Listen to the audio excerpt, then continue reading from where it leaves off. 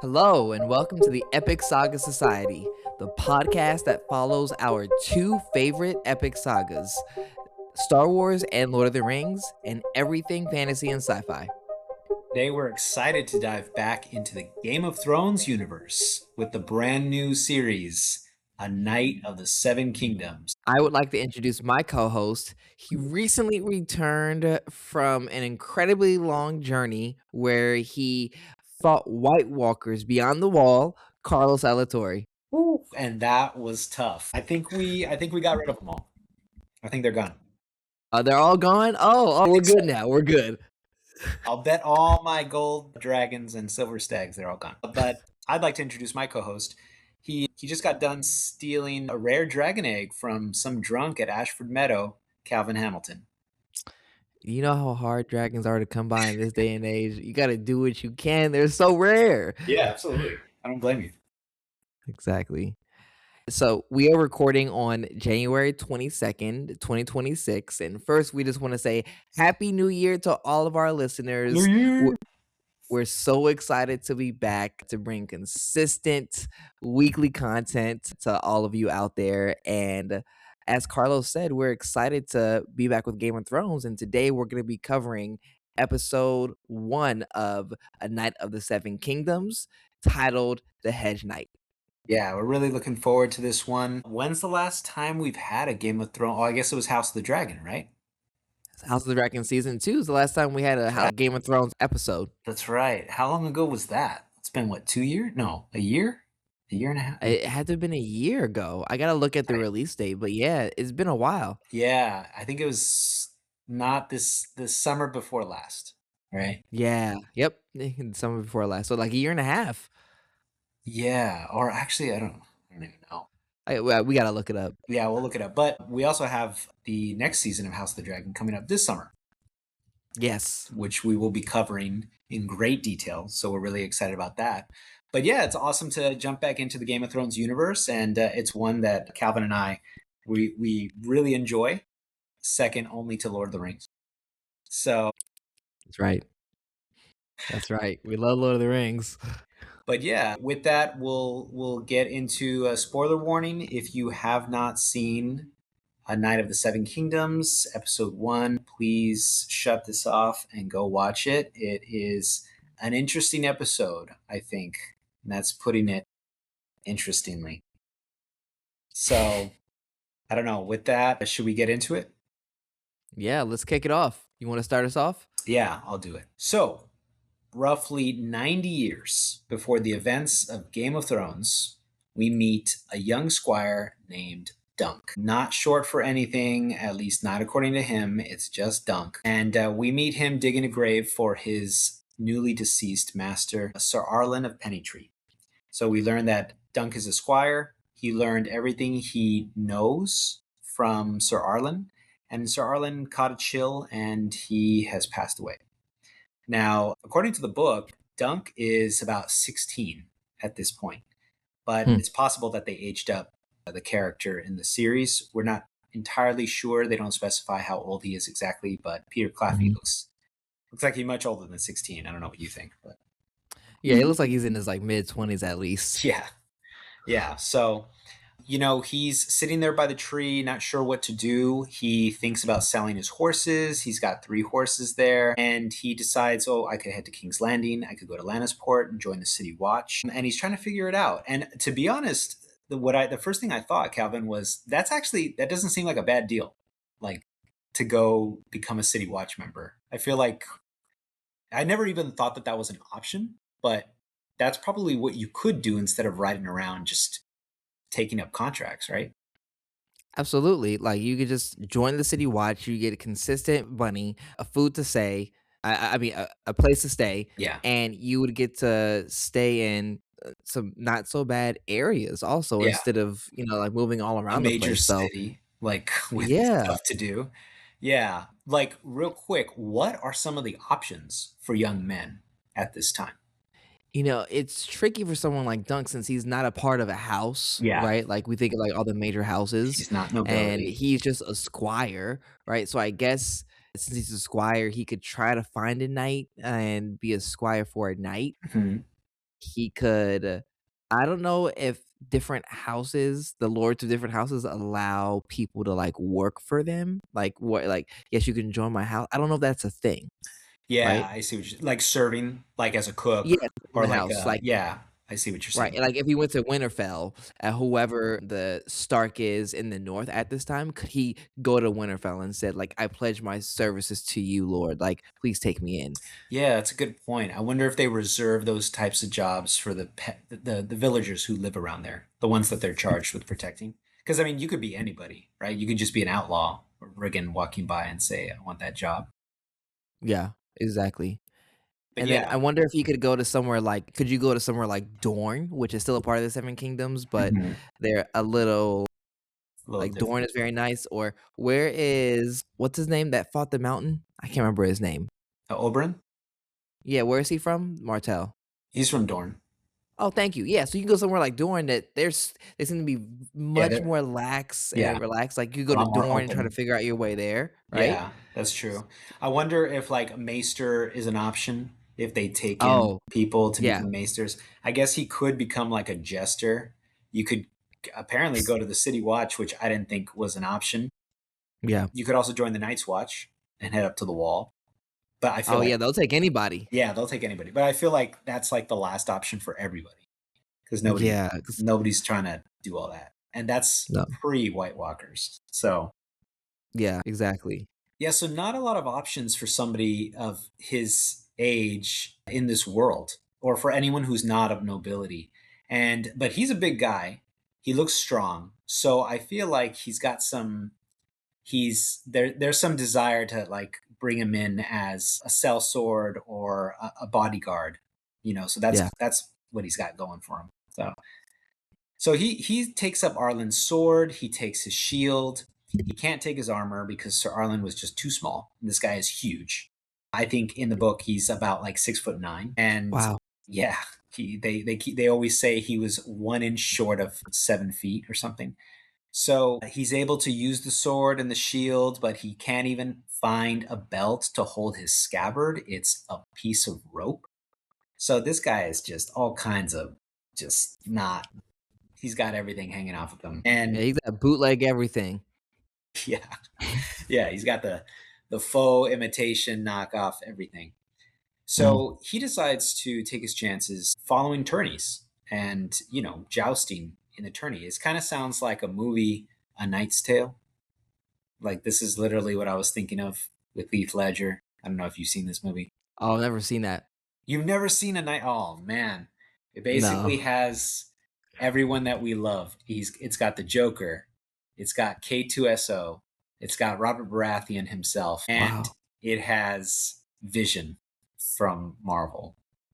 Oh my goodness, and I've never heard of this film Yeah. ever. Oh yeah, it was like back in the 2000s, I think. Yeah, yeah. 2001. Paul Bettany. I forgot the guy's name who plays Robert Baratheon. Mark And Addy? Mark Addy, thank you. Heath Ledger, and then oh my God, K2SO's voice, the guy who voices K2SO. Is Alan Tudyk? Yes, thank you. Tudyk? Alan Tudyk. Yes, I can't believe I Yeah. forgot that. Yeah, so it's a great movie, but this is what this reminded me of, honestly, because Heath Ledger in that movie is not a knight, and he pretends to be a knight to enter all of these tourneys so that they can make money. And For so sure. that's exactly what Dunk does. He pretends to be a knight. He essentially says, okay, well, I'm knighting myself. He takes his horses and he heads towards Ashford Meadow in the hopes of winning some money and some notoriety. He reaches Ashford after dark. He stops inside of an inn and he sees that there's not much going on there. It's pretty empty. He also meets a young stable boy who is really cheeky and Yes. funny and bald. And he asks him, "Hey, can you take care of the horses?" He responds in a way that makes him say, "Like, what? Am I gonna have to clout you in the ear? What would you say? Just take care of the horses." And then he goes inside. It's kind of funny. The innkeeper offers him lamb, like or duck that's fresh, and he's like, "Both." And she's like, "Oh, you can eat. Like, you're the size for it." Right, he's a big guy. Yeah. And he sees a guy who's just passed out on a table, And the guy wakes up and says, like, I had a dream of you. So the innkeeper, she explains that the inn is quiet because most of the town has gone to the tournament grounds at the Ashford Castle. And so that's exactly where he's going. And he asks about the boy who is her stable hand. And he's like, oh, yeah, yeah. Like she says, yeah, did he run off? And he's like, no, no, I saw him in the stables. So kind of interesting because we know that Egg is not her son. Mhm. He's gonna discover that. Dunk is gonna discover that later. So I got a question for you, Calvin. Just right off the bat, how are you feeling about this new characters? And I'll expand that to say, how are you feeling about the tone of the show? Because this is very different right off the bat, right? Yeah. So, I'll answer your first question. The how do I feel about the characters? Dunk comes off as a little goofy, honestly. He comes off as a little, like, slight goofball, and we don't it's definitely surprising because we don't see people goofy in this universe like we see Dunk, right? Everyone's usually, like, serious, somber, and with Egg, he's, like, witty, like, talks back, Yeah, right? Doing his own thing. So their dynamic is like cool and fun. I kind of liken it to very, very different situation, but with the Hound and Arya, how they were kind of like together. yeah, That was again a different situation, but again, the tone of their interactions was very dark all the time because of the situations with which they were together. yeah. It's very heavy. Yeah, this is, like, super light, and I Yeah, think the tone of this show is, again, very it contrasts sharply with both House of the Dragon and with Game of Thrones to where, like, there was, like, no blood, like, people weren't killing each other, pe no one was getting robbed, there was no incest, right? It felt really, like, light, like, things are okay during this time. Like, Duncan just trying to, like, make his way around, right? yeah. On I was kind of on the edge of my seat, especially at the beginning. I was like, "What's gonna happen?" Nothing crazy. Like, he's just Mhm. trying to find his way. Yeah, So, again, a much lighter tone for the series than we've seen in the other 2 series on HBO. What about you? absolutely. No, yeah, I agree. This feels almost like a comedy. It just feels like this really Right. lighthearted adventure story. And like I said, it really is reminding me of A Knight's Tale. And yeah, like exactly. The only time we saw like kind of like that sassy, like those clever quips was from Arya. And Egg has that, but it's also there's no like underlying drama behind what he's saying. It's all Mhm. just him being a cheeky little you know little kid. And Dunk, yeah, I agree with you, he's kind of a doofus but really Yes. like naive, but also I don't know, kind of lovable. Like, there's nothing that you hate about him. You're not like, oh, this guy's gonna die. Like, you're kind of like, oh my god, this, Right. this poor guy. Yeah, right. Yeah, it's fun and it's light, Yeah, so I had to, shift my expectations after, like, the first couple of scenes, like, "Oh, this is a different kinda show." yeah, like the scene behind the tree. Yeah, oh my goodness. I was like, "Whoa, what are we doing here?" Uh, it looked real, like, Ridiculous, yeah. I was When like, "Did they need to show us this?" that's exactly what I said. I was like, why is this happening? Like But they had the mm, heroic music, the Ramen Jawadi like music, the Game of Thrones, and then it just shifts. Ridiculous. yeah. I was just like, "We could have done without this. There are other stuff that you could have put in lieu of this." Yeah, that guy needs some fiber. He needs some bananas or something. Seriously, it's hard for him, he's a squire without a knight. Yeah, Hard out here. And so at this, inn, there's one other person there, and he's like super drunk. He has his face down on his, food. Then he all of a sudden wakes up, and then he has a dagger in his hand, and he points at the Dunk, and he says something like, "I've dreamt of you. Stay away." And then he, like, knocks out, and you're like, "What?" Super confusing, and then, the innkeeper, she's basically like, "Don't mind him, don't mind that at all." So, Dunk, he goes back to check on the horses, and the ball boy is sitting Yeah. on top of his horse and pretending to be his knight. He has like Arlen's old, helm and his mail on. He's like, "What are you Yeah. doing? Get off That my is horse! Take my stuff that's so off!" funny. He's like, "Ah!" So, right, that was so funny. And so Dunk warns him that the horse could have kicked him, and the boy's like, "I ride just as well as you." Like, who is this Oh, boy? what? Right. And so he questions how the boy questions how Dunk can be a knight when he owns so little. And he's like, "You're so bad as a rope."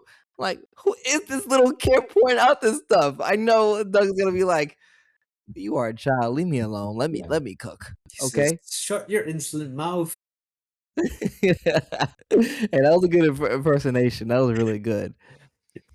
And so Dunk asks, what the boy's mother think, and the boy's like, "My mother's dead," So making it clear that he's not the innkeeper's son, Mhm. and he asks if Dunk is an orphan as well, and Dunk says that he was until Sir Arlen rescued him from life on the streets and taught him everything he knows. And now that Sir Arlen is gone, he intends to prove himself at the tourney. And the boy asks to serve as his squire, but Dunk tells him no, tosses him a copper. He like puts it on the ground. He's like, "You'll pick it up when I leave." And the we don't see it. The boy doesn't pick it up. And then in the morning, we see Dunk reaches the tournament grounds right outside of Ashford Castle. So yeah, so Carlos, in this we get just a little more of their dynamic. We see, and they're just like leading up to what we eventually see. So there's Yeah. a bit more of the same, really setting the tone for the series. Yeah. That boy does not need a copper. He has all the He's money, he's got all the money. He's got like every literally copper. all the money of the Seven Kingdoms is his. Yeah. His clothes are worth way more than anything that what Dunk can offer him. Times 10. Yeah. So Dunk goes to the castle. He goes straight to the games master because he wants to enter the tourney. Plumber, he's the master of the games. He's sitting there eating his food while these two kids are fighting swords or whatever in the room. And he's just like, what do you want? Dunk says, "Hey, I want to join the tournament. Can I enter the lists?" And he's like, "Look, you got to be a knight." And so Dunk explains, I think he over explains his position as being a knight and how he was knighted. And Plumber's like, just, just, are you a knight or not? And he tells him like, "Yeah, I was knighted by Sir Arlen of Pennytree." And Plumber's like, I don't know who you're talking about. Which, I mean, I can imagine if you're like somebody who's listing every participant in a sporting match, you're going to be like, I don't know. I don't care. Like, just give me the name, you know? Yeah. And so he tells him, like, "Look, we don't want just any minor knight, landed knight, as he says, or sellswords or anything like that, just to come in. We got lords here. We've got members of the royal family potentially coming here. Like, come on." And so Duck is a little discouraged by this, and he's preparing to leave.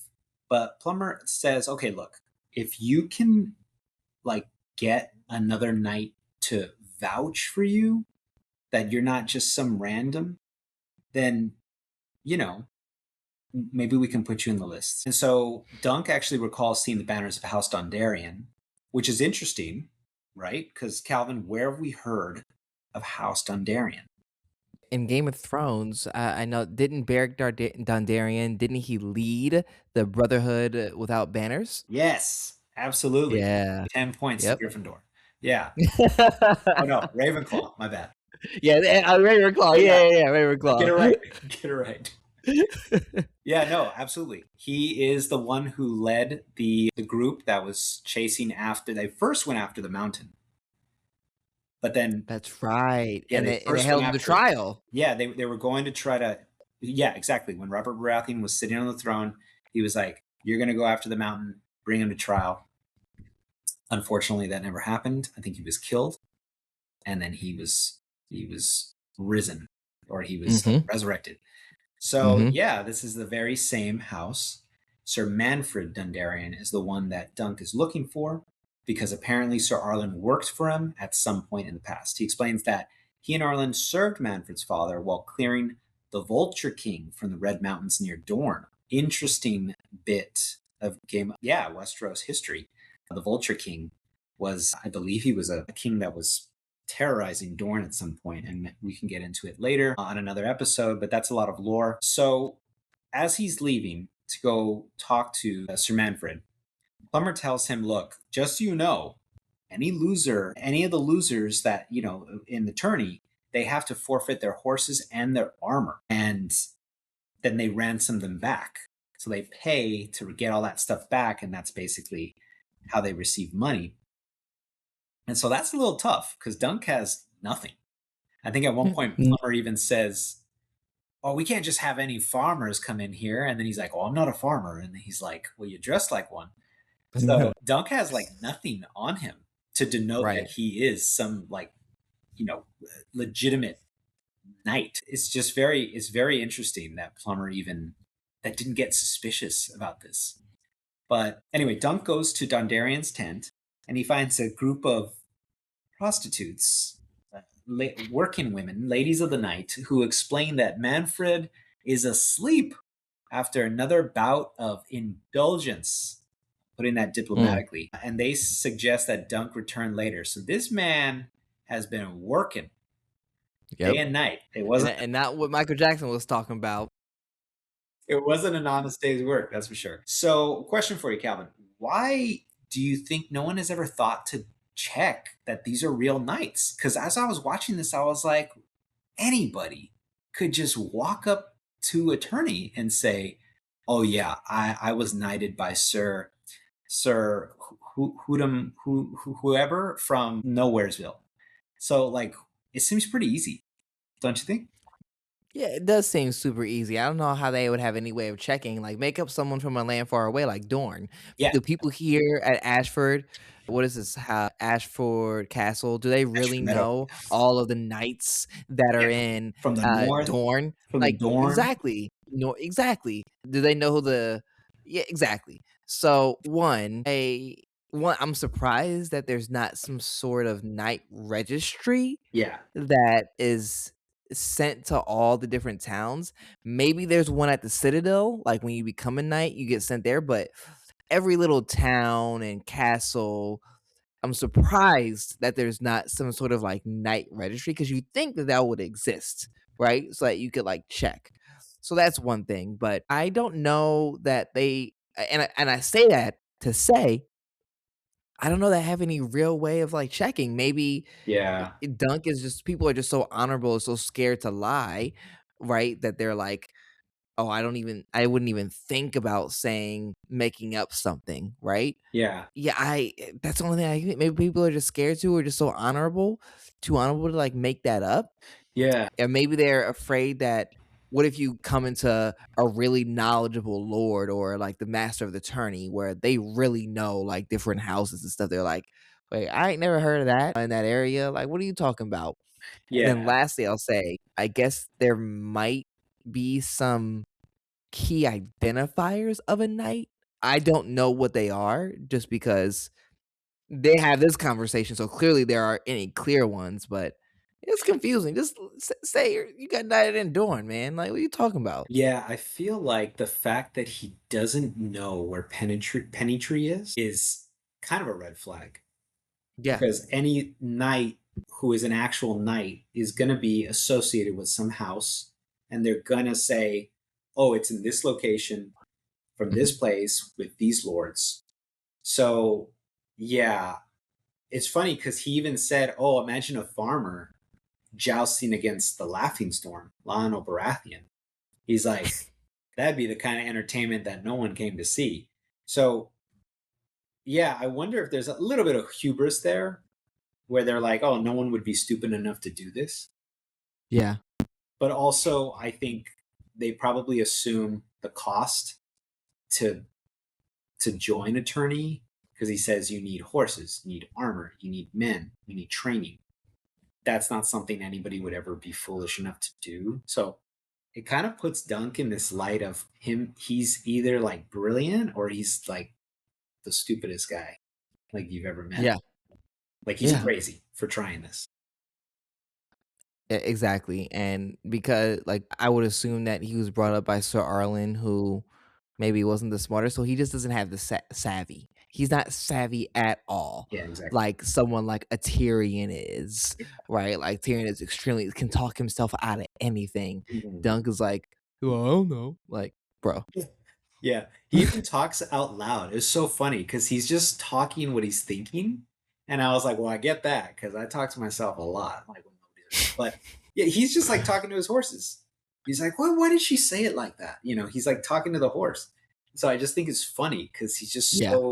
he's kind of so innocent and Yeah, extremely innocent, guileless. and we know what happens to super innocent people in this world. They don't get far. Yeah, sadly, I feel like the honorable people don't get far. Stark. Yeah, Ned Stark, poor. Oh man. Yeah, It still hurts. nearly headless Ned. Anyway, Oh my god. no, I'm kidding. Too soon. Not nearly headless. Yeah, no, he's completely headless. Yeah. Oh gosh. So, all right. So after this dunk, he's walking around. He passes the practice grounds, and he witnesses Sir Stefan Fossaway training with his squire, who's revealed to be his cousin, and he's hacking away at his cousin. He's like, Yeah, "Oh, come on, fight more." He slaps him. I'm like, at first we just think it's his squire. Then yeah. this is your This is family your member. family. This is blood. Yeah, what are you doing? Like it's let me tell you, it's not that serious. Yeah, Okay? It doesn't have to be your cousin. It can be somebody else yeah. Beat up on like that somebody you else. fight with. Beat up on your squad. Yeah, exactly. But, he invites Dunk to spar, but Dunk declines and he's a little annoyed, but he just, he walks away angrily. So Dunk camps out just beyond the tourney grounds beneath a hedge and we see, takes a bath, takes care of himself, tends to his horses, all that, and it's just so funny. I think they did this small thing to highlight just how I guess like poor and like low class he is. Remember, he's washing his clothes, he smells his clothes, he's like, Oh yeah, like even he's like disgusted bro. at how bad it smells. Yeah, I was like, damn. I mean, did he wash his clothes? I know. I think he like wet it and then he put it on like somewhere either Oh, the he was. horse or the tree to dry. And then he was like smelled it and he was like God, yeah, that's disgusting. yeah, that's horrible. I mean, they have soap. I don't know why he can't afford it. I guess He don't have nothing. He has nothing. he's got nothing. Yeah, Right. And so that night, Dunk returns to Dondarrion's tent, and he learns that Manfred is asleep again due to his gout. this guy. And so Dunk he observes the prostitutes joking amongst themselves, and he says, asks them not to mock him, and then they kind of they Yeah, they see let he's like up. okay he's clearly very Spoiled bastard. green, right? And they just share that, right? They share that many young, experienced men attempt tourneys, but few succeed. And then Dunk just leaves. And so, as he wanders the grounds, he stops to watch a Dornet puppet show. I thought this was funny. They have like this massive dragon puppet with fire effects. I'm like, Yeah, that's how are pretty they cool. doing fire Yeah, effects? Like that looks legit. yeah, That looks like one of Daenerys's like mid-sized dragons. yeah. Like it looks legit, That was pretty cool. I was like, I want to see a puppet show like this. right? Same. Like that'd be awesome. Yeah, I was like, these are And some great effects. no, for real. And so yeah, so he watches this, and then a tall, beautiful woman named Tansel, catches his attention, and then she tells the story of Serwyn of the Mirror Shield. So yeah, just Mm, more again, just the tone of the show, Carlos, is just very light, not too much is happening, it's very self-contained as of right yeah, now. he likes those Dornish women. Yeah, yeah, he does. Yeah. Fun fact about Dunk, I just remembered he actually cannot read. That's how Oh, lowborn this guy is. Like he wow. can't read anything. And it's actually kind of a funny well, we can get into that later in the book, but yeah, he's really the odds are really against this guy for doing Yeah, anything. Like if anybody showed him a piece of paper, he would just be like, I don't know what this says. yeah. Dang. Lowborn. Yeah. So later after the puppet show, after he makes eye contact with Tencel, he walks out, he encounters Raymond Fossaway again. And this guy says, "Hey man, sorry for, trying to get you to fight my cousin, but he likes to batter people, so it's probably good you didn't. He even says like half man. And he's like, do I look like half man to you? And he's like, half man, half giant. So I thought that was kind of funny because Like, it's kind of like a low key compliment. But right. Raymond invites Dunk to a feast at the pavilion of House Baratheon, which is cool because like everyone's got a pavilion except Dunk. Even like some of the knights, like even some of the landed knights have Yeah. pavilions. This guy's got nothing. So he's like, hell yeah, let's go. Let's go in there. And inside, it's loud, it's joyful, there's plenty of food, which Dunk needs because he's a All big man. that. And Sir Lionel's there. He's known as the Laughing Storm. He's got his really cool crown with the antlers on. And this fool is just lounging about, like trying to share his thoughts with people and then telling everyone to shut up so they can listen to what he has to say. And anyway, Dunk is enjoying himself eating chickens and eating like pastries and stuff. They call him over because they have no idea who the hell this guy is. And so he has a conversation with Lionel and he straight up just says, like, I'm here to eat your food. Sorry. And Right. Lionel, And he doesn't even say like, "Oh, Raymond invited me. That's yeah, why I'm here." I'm yeah, like, thank "What you. are you Like, doing?" dude, come on. Just Ugh. say who you know, name drop. Like, come on. Oh, right. Nothing, nothing. This guy is just so. That's what I'm saying. He's a big doofus, but lovable doofus. He was running me low. I Yeah, was like, You're running me low, man."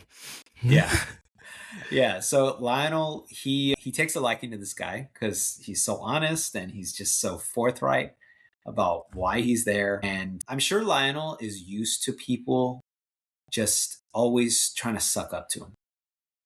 And here we have a guy who is not doing that. He's just straight up like, I'm not here to curry favor with you. I'm here to eat. And so he's like, I like this. I like this. Let's dance. And this guy's drunk, right? And so they're having this weird dance battle, stepping on each other's feet. And eventually Dunk gets into it. They have a good time. Later, they're both drunk together, drinking. And Dunk is telling him, yeah, I don't have the confidence. I don't know if I can compete with all of these lords and these knights who've been training since they were kids. And Lionel's like, yeah, you don't really stand a chance, but it's still an honor to compete with a worthy foe. And so as the guests depart, he leaves eventually because Lionel takes off and he sees Manfred Dundarian leaving the tent. So he goes after him because he wants to confront him about, having him vouch for him. And so he's leaving with prostitutes again. Like this guy doesn't quit. And he's like, hey, Sir Arlen, he actually fought for you and I need you to vouch for me. And this guy just straight up is like, I don't remember you. We don't remember Sir Arlen. And he straight up doesn't care. And he even says he took a wound in your service. And he was like, we had 800 men at arms that took wounds or worse in that fight. So I don't remember you. And I kind of understand, like from Dundarian's point of view, I get it. Like it's a lot of people we can't expect to, but man, like have some more respect and honor Mhm. for that. You would think you would be like, oh, I do remember the family names, Pennytree or whoever. Right. So, this is just really discouraging and disheartening for Dunk, and he returns to his camp. So, a question for you, Calvin. I want to ask, aside from Dundarian, let's put that guy aside. What is Lionel Baratheon's deal? Like, this guy is okay with a random hedge knight coming into his tent to eat his food. I don't think we've met a character that was like this in the regular series of Game of Thrones. Everyone seems usually so serious or just like up their own ass. Oh, Yeah. or conniving, right? Just treacherous. Mhm. This guy looks different. He seems different, right? Right. So yeah, I don't know. What do you think about this guy? Why is this Baratheon different, or are they all like this?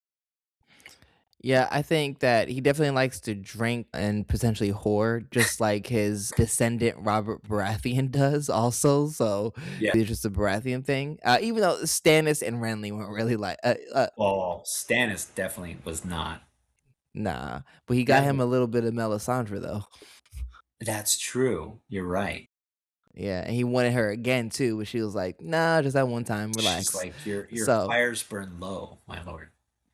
I'm like, "What does that mean? Is his count low?" Like, what Yeah. does that mean? You She's like, don't got the "We power. yeah, Right. you don't have that No, but in presence." all seriousness, when I first saw this, I thought he was just drunk, right? And we know how when people are, like, really drunk, they'll things that they might not be okay with, they just, like, let go, they let slide.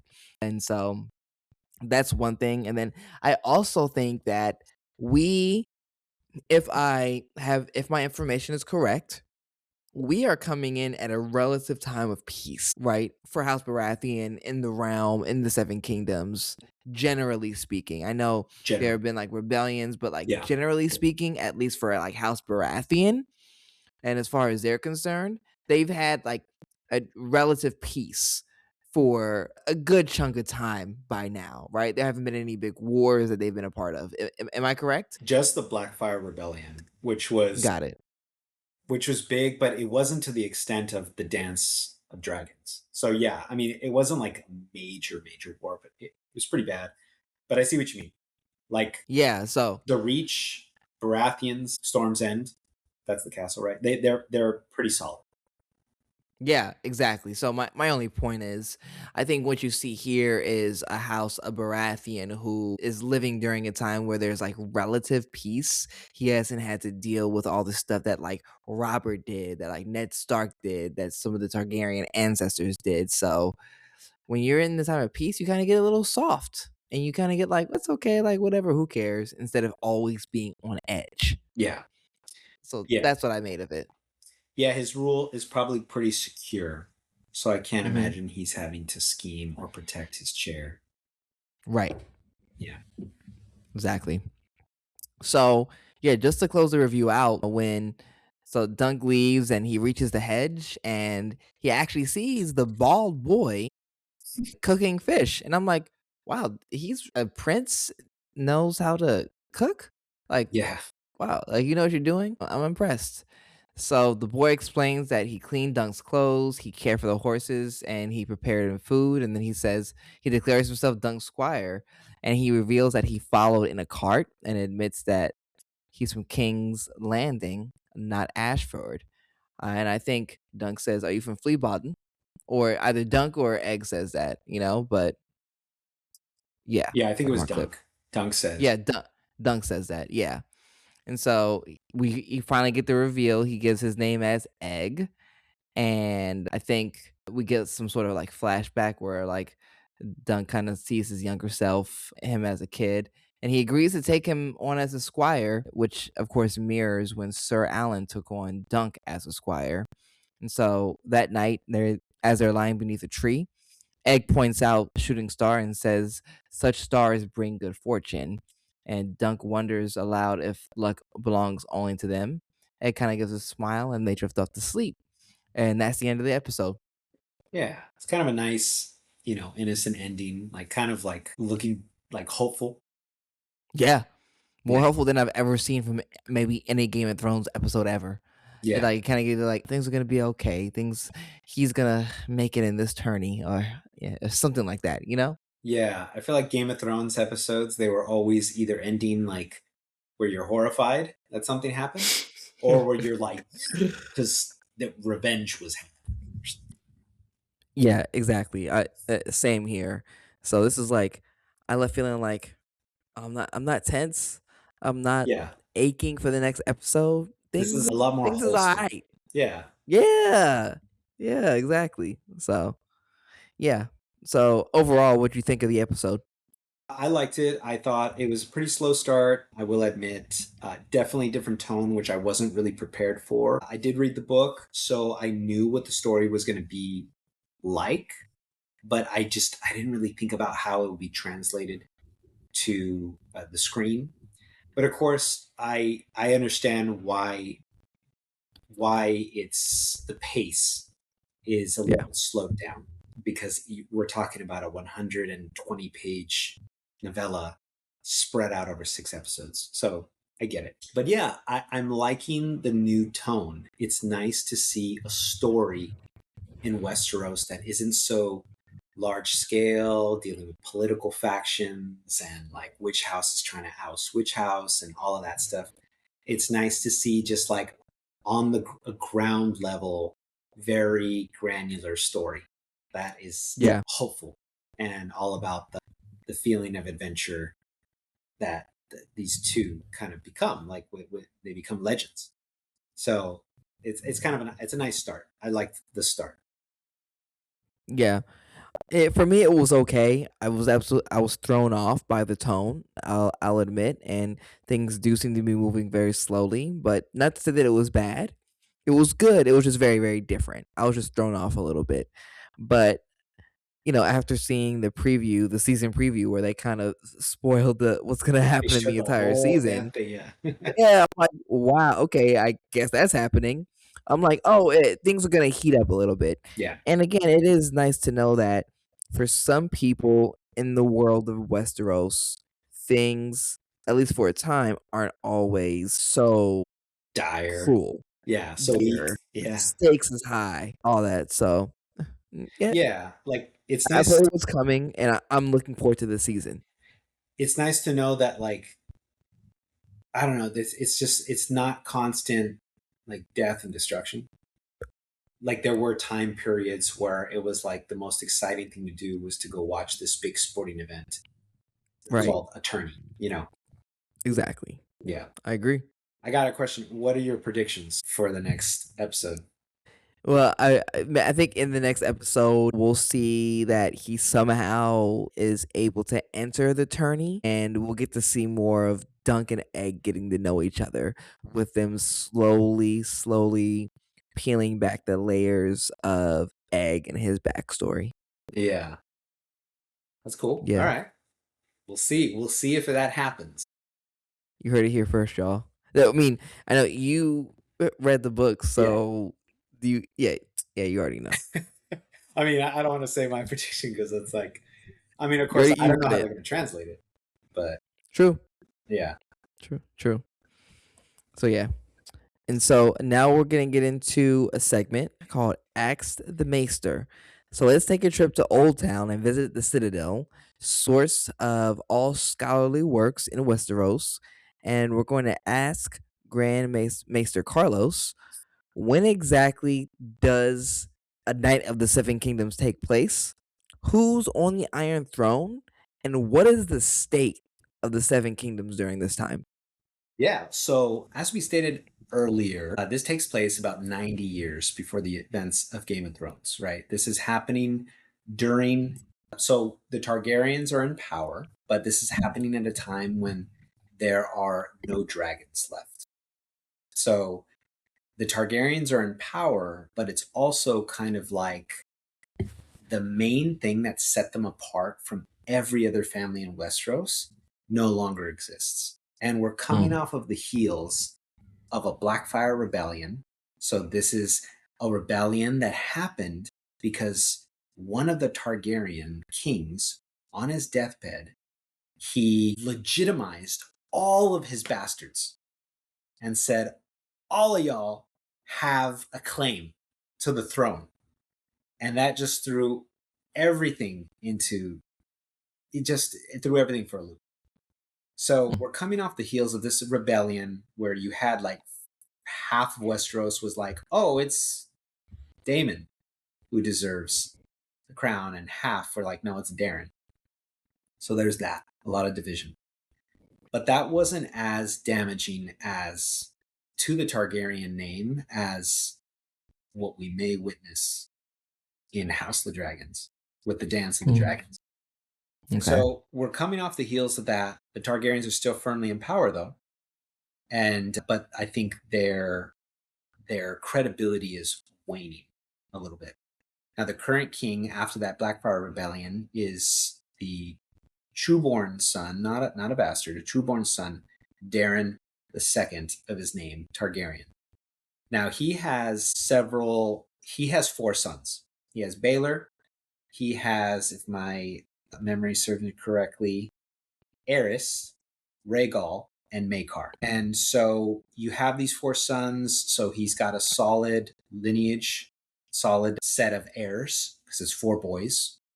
And then Baelor breaks spear that the first son of Darren he's the heir, but he's also the hand of the king. And yeah, like that's kind of the setting. All the dragons are dead. They've been dead for a while, but you do have a solid lineage, and you do have a solid, what do you call it, set of heirs to continue the Targaryen line. Got it. Thank you for clearing that up and illuminating that, and excited to see where the story takes us. Yeah, it should be interesting. I really hope we get more references to the Blackfire rebellions because it is a fascinating time. Just Hmm. this really weird thing that Aegon, Aegon Targaryen, he just made happen. My man, fingers crossed we get that. That wraps up another episode of Epic Saga Society. We hope you enjoyed diving into today's story as much as we did. Don't forget to subscribe, rate, and review our podcast. And we're excited to announce that we are currently on social media. So you can follow us on Instagram and TikTok at Epic Saga Society. Just like that, at Epic Saga Society. You can find us on Instagram and TikTok. This is Carlos. And Calvin. Signing off from Epic Saga Society. Stay epic.